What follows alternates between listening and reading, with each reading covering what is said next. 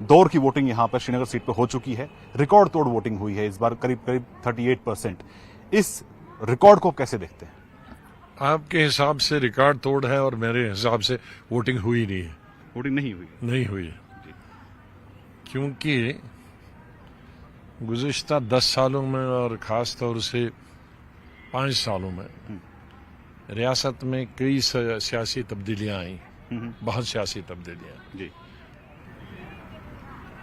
कुछ जब 370 खत्म किया गया तो पार्लियामेंट में मैंने जो हंगामा मचाया था अपने जज्बात का, वो कोई क्योंकि पहली सोची समझी स्कीम नहीं थी, क्योंकि अचानक बिल आया और मैंने बिल भी नहीं पढ़ा था। बिल को पढ़े बगैर ही हमने बोलना शुरू किया और हम सोचते थे कि कश्मीर में तो तूफान आएगा, लेकिन वो तूफान कभी हमने नहीं आया, देखा भी नहीं। अब सब लोग कहते थे ये खामोशी जो है ये वोट में बदलेगी, तो वोट में भी कुछ नहीं हुआ। लेकिन तो पिछले सालों के मुकाबले तो वोटिंग नहीं, वो क्या 2 साल 3 साल 5 साल में अगर नहीं बढ़ेगा तो फिर तो 100 साल लगेंगे इसको 50% पहुंचने में। भाई 30-35 साल तो हो गए मैं जब से मिलिटेंसी है, तो अब ये किस परसेंटेज से बढ़ेगी? 2% से बढ़ेगी कि सीधे नॉर्मल हालात हो गए तो सीधे 5% से 50% और 50% से 90% बढ़ेगी।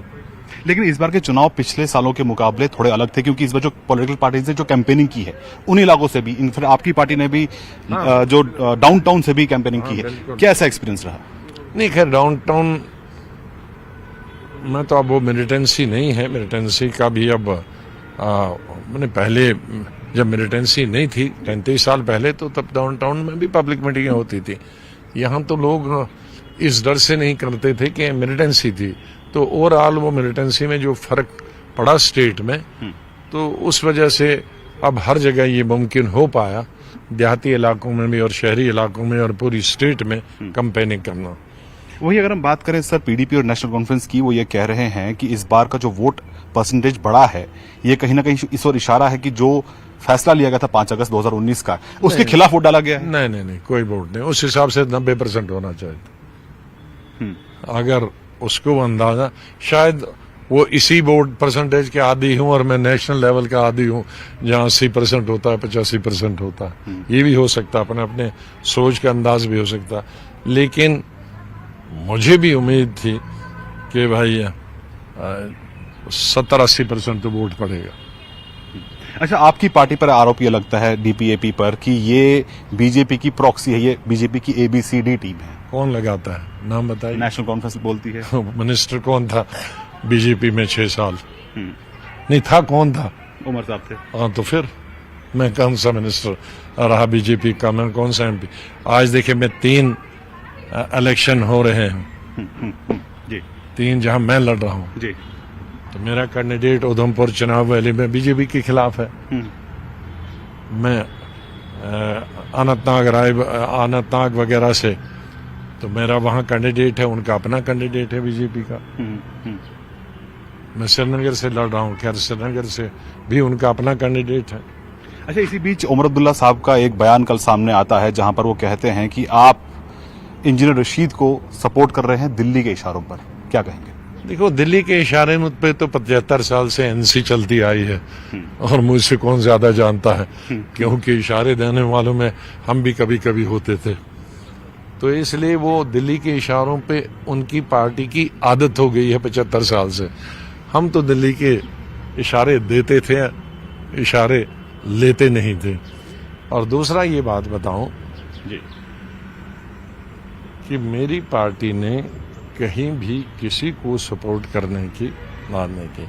अब यहाँ राजौरी की ही बात कर रहा हूँ मैं जी, जहाँ उनका कैंडिडेट भी है, मेरा भी कैंडिडेट है, लेकिन हम मेरे ऑफिस बेरर हैं 2-3, उन्होंने कहा कि हम पार्टी में रहेंगे, लेकिन पीर साहब खड़े हैं हमारे, मियाँ साहब, तो हम उनको वोट दे रहे हैं। तो वो दे रहे हैं वोट, मैंने निकाला नहीं उनको। इसी तरह से नॉर्थ कश्मीर के मैंने सब लोगों को, लीडरों को बुलाया था जी, और मैंने पूछा भाई क्या किसको सपोर्ट करना है? उन्होंने कहा जी आप कैंडिडेट खड़ा करिए। मैंने कहा देखो मेरे पास पैसे नहीं है, मैं शुरू में चाहता था सिर्फ एक ही कैंडिडेट खड़े करूं, एक ही के लिए मेरे पैसे थे। वो अब एक कैंडिडेट के मैंने 3 कैंडिडेटों तक बांट लिए। हकीकत में आज आपको बता, 3 कैंडिडेटों में बताया। शायद मैं एक ही पर लगाता तो ज्यादा इन्वेस्टमेंट होती, लेकिन हर जगह तीनों जगह लोगों ने बताया जी आप कैंडिडेट खड़ा नहीं करेंगे, जी उसको वोट डालेंगे, उसको वोट डालेंगे।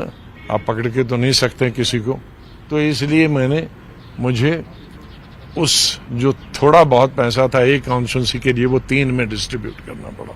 तो मैंने कहा भाई चौथी के लिए मेरे पास नया पैसा भी नहीं है वोट देने। तो फिर कहने लगे हमें अपनी अपनी मर्जी है। कईयों ने कहा इंजीनियर रशीद हमारी मर्जी है, कईयों ने कहा लोन साहब हमारी मर्जी है, किसी ने कहा एनसी नहीं हमारी मर्जी है। और एनसी शायद जैसे मैंने रजौरी पुंछ में कहा एनसी हमारी मर्जी है, तो मैंने अलाउ किया। तो इसलिए हमने उनको छोड़ दिया कि भाई कोई डिक्टेटरशिप तो नहीं है कि मैं कहूँगा मैं इस फेवर में हमेशा रहा हूँ कि वोट डालना चाहिए। तो मैं अपनी ही पार्टी को कहता कि तुम वोट ही मत डालो, तुम नोटा, ऐसा तो मैंने कर नहीं सकता। तो मैंने उनसे पूछा भाई क्यों उनको दोनों ने डाला। तो कई लीडरों ने मेरे कहा कि भाई हम लोन साहब को अच्छी तरह से जानते हैं, लेख सलेख है, हमारे रीजन के रहने वाले हैं। तो कईयों ने कहा कि हम इंजीनियर साहब को अच्छी तरह से जानते हैं, हमारा काम किया है, लेकिन हम आपकी पार्टी में हैं, अगर पार्टी का कैंडिडेट होता तो हम तो फिर नहीं देते, लेकिन अभी है नहीं तो हम दे। तो मैंने कहा उमर साहब को कहा वो तो हमारे रीजन के है ही नहीं, वो तो श्रीनगर से है, तो इसलिए हमारा कोई लेना देना ही नहीं है उनसे। तो चूंकि वो हमारे रीजन के रहे हैं तो हमारा काम जानते हैं। उमर साहब श्रीनगर से हैं, उनसे हमारा कोई लेना देना ही नहीं है, तो ना वो हमको जानते ना हम उनको जानते। तो हमें जबरदस्ती थोड़ी कहता कि भाई जहां उसकी पार्टी के लिए लोगों ने कहा राजौरी में, मैंने अलाउ किया। तो एक तरीके से कहीं एनसी बेनिफिटरी हमारे लोगों से, कहीं इंजीनियर साहब हैं और कहीं लोन साहब हैं। तो वही अगर बात करें, आपके खुद चुनाव लड़ने की बात थी, यहां तक कि अनाउंस भी किया गया, लेकिन आपने कहा कि आप चुनाव खुद नहीं लड़ेंगे। तो क्या इससे आपका जो काडर है वो उनको मायूसी नहीं हुई? मायूसी हुई, लेकिन ओवरऑल क्योंकि अभी तीनों जगह तो मुझे ही कंपेन करना था जी, तो कंपेन कौन करता। अच्छा, ये सबसे बड़ी, और ये पहला इलेक्शन था तो पहला इलेक्शन। और दूसरी बात कि हम अपने साथियों को बता दिए थे कि भाई बहुत दिल्ली हो गया, 40 साल पार्लियामेंट में रहे और जो हमने अपनी इनिंग्स करनी थी वो पार्लियामेंट में हमने की, अब हम स्टेट में रहे। तो हमने सोचा कि फिर हम वापस चले जाएं तो फिर ये स्टेट किसके हवाले करेंगे। अभी कई लोगों ने सब कुछ छोड़कर हमारे पास आए हैं, कोई कांग्रेस पार्टी छोड़ के आए हैं, कोई एनसी छोड़ के आए हैं, कोई पीडीपी छोड़ के आए हैं। तो मैंने कहा एक नया काडर यहाँ जो अभी सियासत में है, जम्मू कश्मीर की सियासत में कई लोगों को याद ही नहीं है कितनी पार्टियां वो ज्वाइन कर चुके हैं। 10 भी वाले भी हैं। मेरे यहाँ लान में एक बुजुर्ग आया मिलने के लिए और दबन बहुत ऐसे थे हमेश, और कहा देखे मिशु कार्ड बनूंगा, तो कार्ड उसके गिर गए तो 6 पार्टियों के कार्ड निकले। अच्छा, तो फिर वो बड़ा परेशान हो गया। मैंने कहा ये 6 क्यों?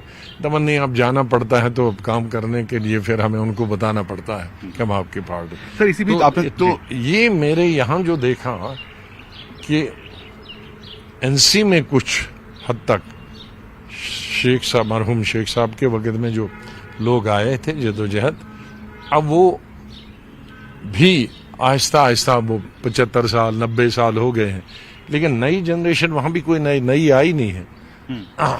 इसी तरह से आज जितनी भी पार्टियां बनी हैं वो कोई एनसी से आई है, कोई कांग्रेस से ही पीडीपी में गई है, पीडीपी से अपनी पार्टी में आई है, अपनी पार्टी से मेरी पार्टी में आई है, लेकिन मैं ज्यादा प्रायोरिटी उसमें दे रहा हूं।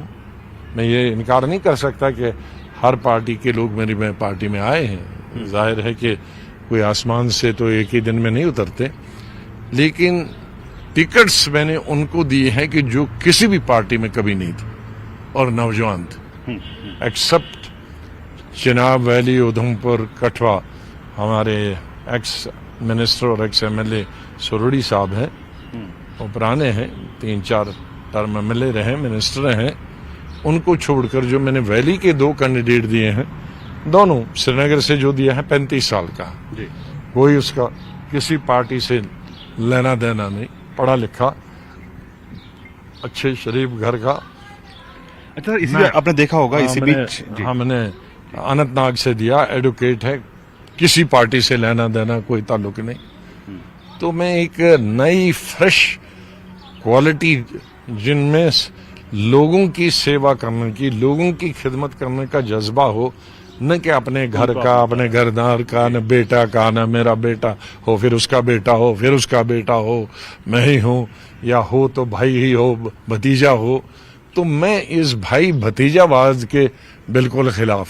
अच्छा, ये बताइए, अभी हाल ही में मुझे भी लोगों ने बताया कि आप अपने बेटे को लाए। हाँ। तो मैंने कहा, बेटा मुझे फोन रोज करता था, पापा आप 2 साल से जब से पार्टी बनाई है इतने से हजारों मीटिंगें की, थके हैं, तो मैं दूंगा। मैंने कहा, बेटे ये वो पॉलिटिक्स नहीं है कि आप तो आना है तो आ जाओ, तो लेकिन इस मुद्दा से नहीं कि वो कल एमएलए बनेगा, मिनिस्टर बनेगा, चीफ मिनिस्टर बनेगा। सोच में फर्क है। शायद मुझे 2 दिन रस करने के लिए, देने के लिए वो आ सकते हैं या आए, लेकिन कोई इस नियत से नहीं कि मैं एमएलए बनेंगे, मंत्री बनेंगे, चीफ मिनिस्टर बनेंगे, क्योंकि वो सोच अलग होती है। अच्छा, इसी बीच जो जमात-ए इस्लामी की तरफ से बयान सामने आया है कि वो तैयार हैं अपनी सेपरेटिस्ट आइडियोलॉजी को छोड़ने के लिए और मेन स्ट्रीम में जुड़ने के लिए, यहाँ तक कि वो चुनाव भी लड़ने के लिए तैयार है। तो इस बयान को आप कैसे देखते हैं? क्या अच्छी बात है। जितने भी पॉलिटिकल पार्टीज, देखिए जम्मू कश्मीर में हमारी जो सबसे बड़ी मुसीबत आज है, बहुत सारे लोग मुझसे पूछते हैं कि भाई बीजेपी गवर्नमेंट कहती है हमने बहुत कुछ यहाँ जम्मू कश्मीर में किया। मैंने कहा, बहुत कुछ नहीं किया, थोड़ा बहुत किया, कुछ किया, लेकिन बहुत कुछ करने के लिए बाकी है। थोड़ा ये हो गया कि मिलिटेंसी कम हो गई, वर्क कल्चर, गवर्नर साहब को बधाई देता हूं कि वर्क कल्चर उन्होंने ठीक किया।